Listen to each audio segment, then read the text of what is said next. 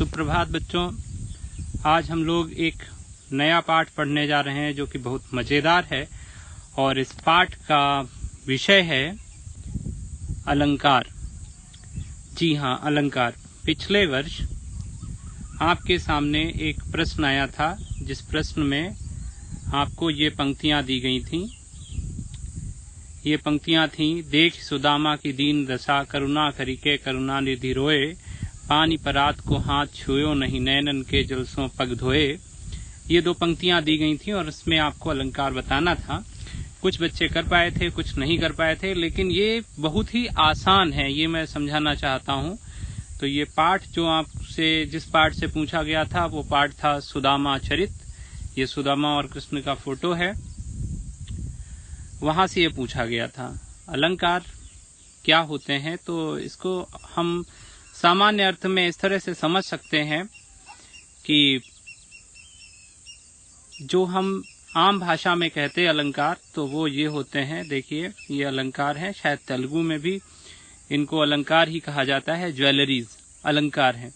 तो ज्वेलरीज का काम क्या है? ज्वेलरीज का काम है, क्यों पहनती हैं स्त्रियां या कोई भी?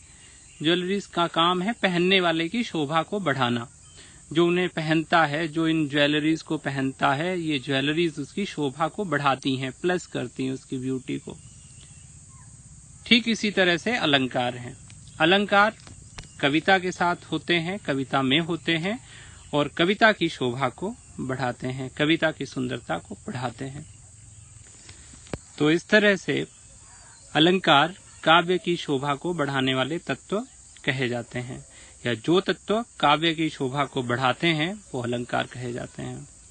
सो the elements which are increasing the beauty of poetry, the charmness of poetry, those are called alankars. The same way as jewelry increases the beauty of beholder. जो भी पहनता है ज्वेलरी को उसकी सुंदरता बढ़ती है, उसी तरह से अलंकार के होने से कविता की सुंदरता बढ़ती है।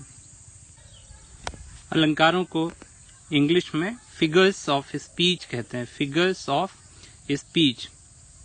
और एक ध्यान देने वाली बात यह भी है कि ये कविता में ही होते हैं। कविता, जब हम अलंकार की बात करते हैं तो हम कविता की बात कर रहे होते हैं।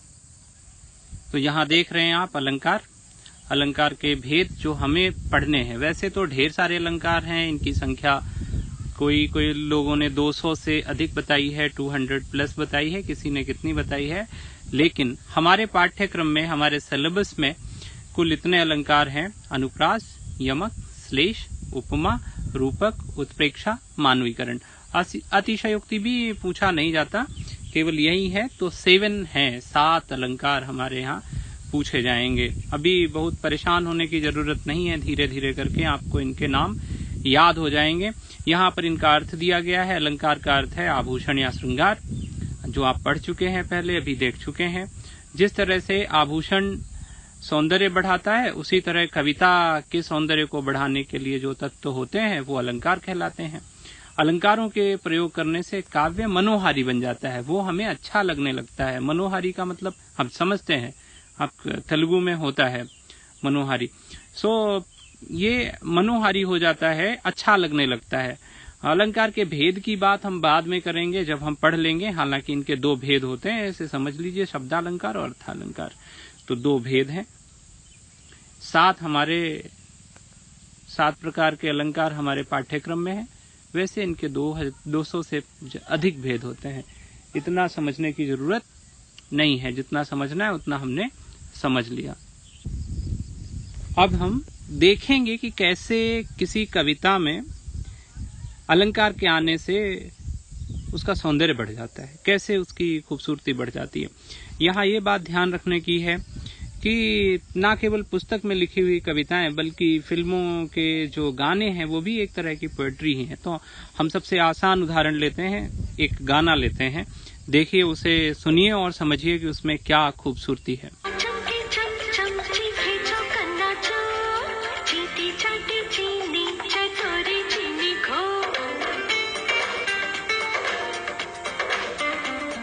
चंदा चमके चम चम खींचो कन्ना चो, चीटी चाटी चीनी चटो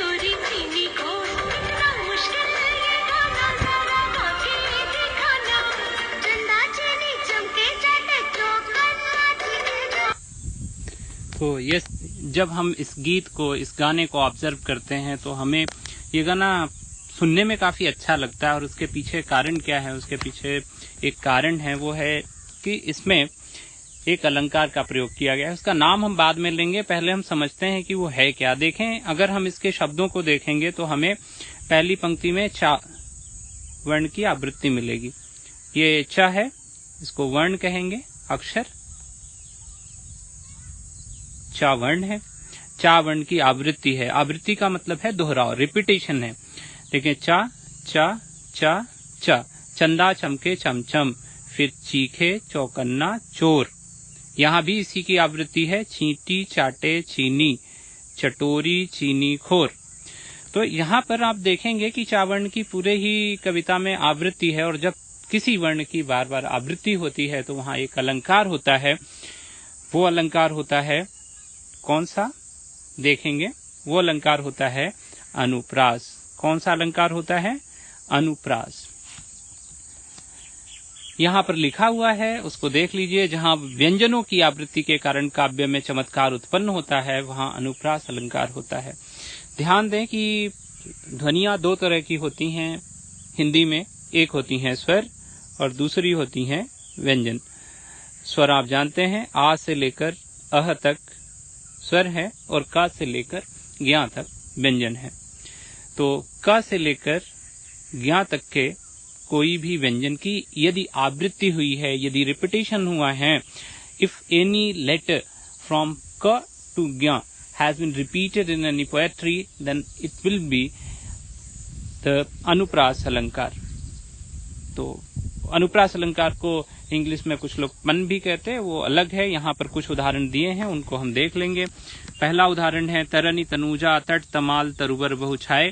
यहाँ पर त की आवृत्ति है, तावा कई बार आया है। दूसरा है चारु चंद्र की चंचल किरणें खेल रही हैं जलथल में। यहाँ चा और ला की आवृत्ति है। फिर आगे है लट लटिकनी मनोमत्त मधुप गन मादक मधुई पिए। ये एक पद है ब्रज भाषा का और उसमें ला और मा की आवृत्ति हुई है। तो यहाँ पर आप देख सकते हैं कि आवृत्ति हुई है, इसलिए अनुप्रास अलंकार है।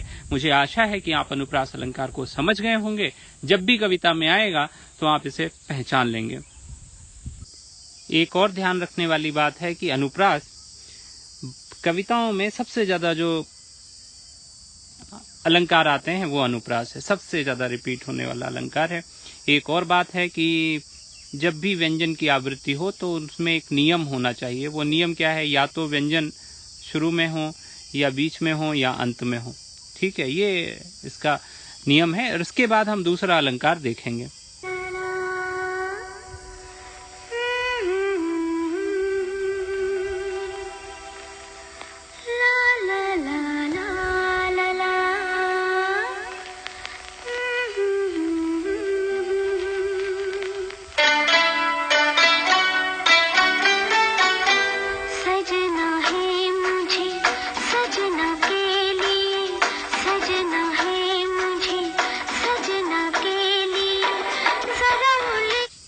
तो देखिए, इनको भाई सजना है। सजने का मतलब है कि इनको कपड़े पहनने हैं, ये कपड़े पहनने हैं अच्छे से, और इनको गहने पहनने हैं, अलंकार हैं, है नहीं, इनको मेहंदी लगानी है, ये सब करना है। इसका मतलब है सजना। ये इनको सजना। और किसके लिए सजना है? सजना के लिए सजना है। सजना क्या है? सजना ये समझो कि आप समझ जाओ, जैसे कि ये ब्राइड है तो ब्रिग्जरूम होता है, दूल्हा वर, उसके लिए इन्हें सजना है। ठीक है, तो इनकी समस्या समझ रहे हैं, इनको सजना है, सजना के लिए। अब यहाँ पर कविता में एक चमत्कार हुआ। वो क्या हुआ कि ये सजना शब्द दो बार आया। फर्स्ट टाइम आया और फिर दूसरी बार आया। दो बार ये आया। This same word comes 2 times and gives 2 different meaning. First सजना मीन्स प्रिपेयर होना, ठीक है, मेकअप करना, तैयार होना, कपड़े पहनना, ये सब सजना है। दूसरा सजना है दूल्हा, पति। ठीक है, तो अब समझ लीजिए कि जब किसी कविता में कोई एक शब्द एक से अधिक बार आता है, एक से अधिक बार आता है, और हर बार अलग अलग मीनिंग देता है, अलग अलग अर्थ देता है, तब वहां पर अलंकार होता है, और जिसका नाम है यमक। जिसका नाम है यमक। तो अब हम पढ़ेंगे यमक अलंकार। देखेंगे अगली स्लाइड में। यमक अलंकार, वही शब्द बार बार आए और उसका अर्थ अलग अलग हो, वहां यमक अलंकार होता है। और यहाँ पर इन्होंने जो एक उदाहरण लिया है वो है काली घटा का घमंड घटा। इसको हम अभी समझाएंगे। इससे पहले हम समझाएंगे आपको कनक कनक ते 100 गुनी मादकता अधिकाय, या खाए बोराए जग वा पाए बोराए। यहाँ पर देखेंगे कि एक शब्द कनक, ये शब्द 2 बार आया है, कनक कनक। पहले कनक का मतलब है धतूरा। धतूरा क्या होता है? शंकर जी के ऊपर एक फल चढ़ाया जाता है, वो धतूरा होता है। बहुत ही ज्यादा पॉइजनस होता है। अगर आप उसको खा लेते हैं तो पागल होना निश्चित है, आप पागल हो जाएंगे। ठीक है, मैडनेस छा जाएगी। दूसरा है कनक, सोना, स्वर्ण, गोल्ड। तो यहाँ पर बताया गया है कि धतूरे में कम मादकता होती है। धतूरे में पागल बनाने के लक्षण कम होते हैं। सोना अधिक पागल करता है लोगों को, सोना पाकर लोग ज्यादा पागल होते हैं। वाह खाए बोराई जग, उसको खा लेने से लोग पागल होते हैं, जबकि सोने को तो पा लेते हैं, इसी से पागल हो जाते हैं। और यहीं पर इस कविता की खूबसूरती है कि एक ही शब्द को 2 बार प्रयोग किया है और उसके 2 अलग अर्थ दिए हैं। इसमें एक और है जो हम अभी देखेंगे। यहाँ पर आप देख रहे हैं काला बादल, यहाँ पर आप देख रहे हैं नीला बादल। हुआ क्या कि इन्होंने लिखा काली घटा का घमंड घटा। क्या लिखा? काली घटा का घमंड घटा। यहां पर ध्यान दें कि एक शब्द 2 बार आया है और वो शब्द ये है घटा घटा। पहले घटा का मतलब क्या है? घटाएं। घटाएं मतलब क्लाउड्स। काली घटा, जो काली घटाएं थी आसमान में छाई हुई उनका घमंड घटा। घमंड मतलब उनको बड़ा अपने ऊपर अभिमान था कि हम हार नहीं सकते, हमें हटा नहीं सकता। लेकिन उनका घमंड घट गया। कब घट गया? जब बरसात बीत गई तो आसमान इस तरह का हो गया, नीला नीला, और छोटे छोटे थोड़े थोड़े बादल रह गए। वो काली घटाएं जो छाई हुई थी वो चली गईं। तो यहाँ पर पहले घटा का मतलब है ये क्लाउड्स और दूसरे घटा का मतलब है माइनस, यानी घटना, कम होना। काली घटा का घमंड घट गया। यहाँ पर एक ही शब्द घटा के 2 अर्थ मिले, एक हुआ क्लाउड्स और दूसरा हुआ कम होना, इसलिए यहाँ पर अलंकार हुआ यमक। तो शायद आप अब यमक अलंकार अच्छे से समझ गए होंगे। दूसरी जगह आएगा तो पहचान लेंगे। अगला अलंकार है हमारा श्लेष, जिसके लिए मुझे कोई भी गाना उदाहरण के रूप में नहीं मिला है, तो आप ऐसे ही समझ लीजिए। श्लेष का अर्थ क्या है? श्लेष का अर्थ है चिपका हुआ। ध्यान दें कि पिछली बार एक ही शब्द 2 बार आ रहा था, काली घटा का घमंड घटा। देखें, काली घटा का घमंड घटा 2 बार आ रहा था और दोनों बार उसका अर्थ अलग अलग आ रहा था। लेकिन श्लेष में इससे अलग होता है। श्लेष में क्या होता है कि कोई एक शब्द एक ही बार आता है, एक ही बार आता है और वो एक कविता में कई अर्थ दे देता है, तब वहां पर होता है श्लेष अलंकार। इसको देखेंगे। यहाँ पर इन्होंने एक उदाहरण दिया है, रहीमदास जी का दोहा है, जो रहीम गति दीप की कुल कपूत की सोए, बारे उजियारो करे बढ़े अंधेरो होए। ऐसे है, जो रहीम गति दीप की, दीप जानते हैं, ये दीप, ठीक है, और कुल कपूत की सोए, कुल कपूत गति सोए, जो घर में बच्चा पैदा होता है ना, और वो कैसा हो जाए? कपूत हो जाए।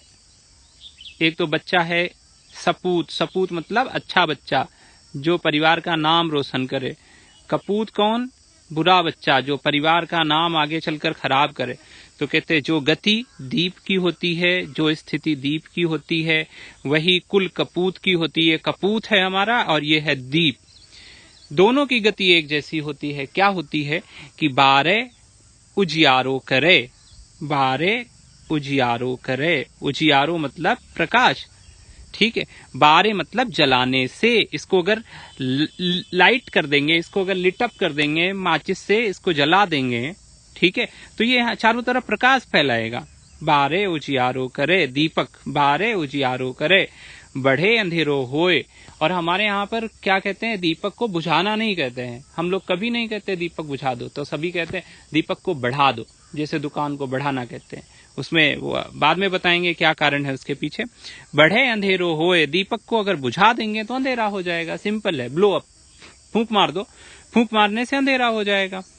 यही गति कपूत की भी होती है। कपूत की गति कैसे होती है? कपूत के लिए यहाँ पर बारे अलग अर्थ देता है। दीपक के लिए देता है जलाना और बारे कपूत के लिए देता है छोटा, छोटा सा। बचपन में बारे उजियारो करे, बचपन में पैदा हुआ तो घर में चहल पहल हो गई, सब लोगों को आशा हो गई कि भविष्य में चलकर अच्छा काम करेगा, सब उम्मीद में हंस रहा है, खेल रहा है, कूद रहा है, सब खुश रहे। लेकिन बढ़े, जब बढ़ जाता है, बड़ा हो जाता है ये छोटे से और अपने रंग में आता है तो अंधेरो होए, तब अंधकार छा जाता है। क्यों अंधकार छा जाएगा? कुछ ऐसे उल्टे सीधे काम करेगा, सबको परेशानियां झेलनी होंगी। इस तरह से आप श्लेष भी समझ गए होंगे कि एक ही शब्द एक से अधिक अर्थ जब कविता में देता है एक ही बार आकर, तो वहां पर श्लेष अलंकार हो। इन सभी अलंकारों के कुछ चुनिंदा उदाहरण आपको किसी वर्ड फाइल में दे दिए जाएंगे, आप उनको पढ़ लीजिएगा, उनको समझ लीजिएगा। अगर आपको अभी भी कुछ डाउट है, कुछ समस्या है, कुछ शंका है, तो आप मुझे मेल कर सकते हैं, मुझे व्हाट्सएप पर मैसेज भेज सकते हैं। लेकिन समझ जाइए, ये 3 अलंकार हमने यहाँ पर पढ़े। ये तीनों अलंकार थे अनुप्रास, यमक और श्लेष। एक बार दोहरा लेंगे। अनुप्रास में वर्ण की आवृत्ति होती है, वर्ण रिपीट होते हैं। यमक में एक ही शब्द एक से अधिक बार आता है और हर बार अलग अलग अर्थ देता है। एक प्लस बार आता है और अलग अलग अर्थ देता है। शब्द श्लेष में कोई शब्द केवल एक बार ही आता है और एक से अधिक अर्थ देता है, वहां पर श्लेष होता है। ये 3 अलंकार आप समझे। इन तीनों अलंकारों को मिलाकर शब्दालंकार कहा जाता है, क्योंकि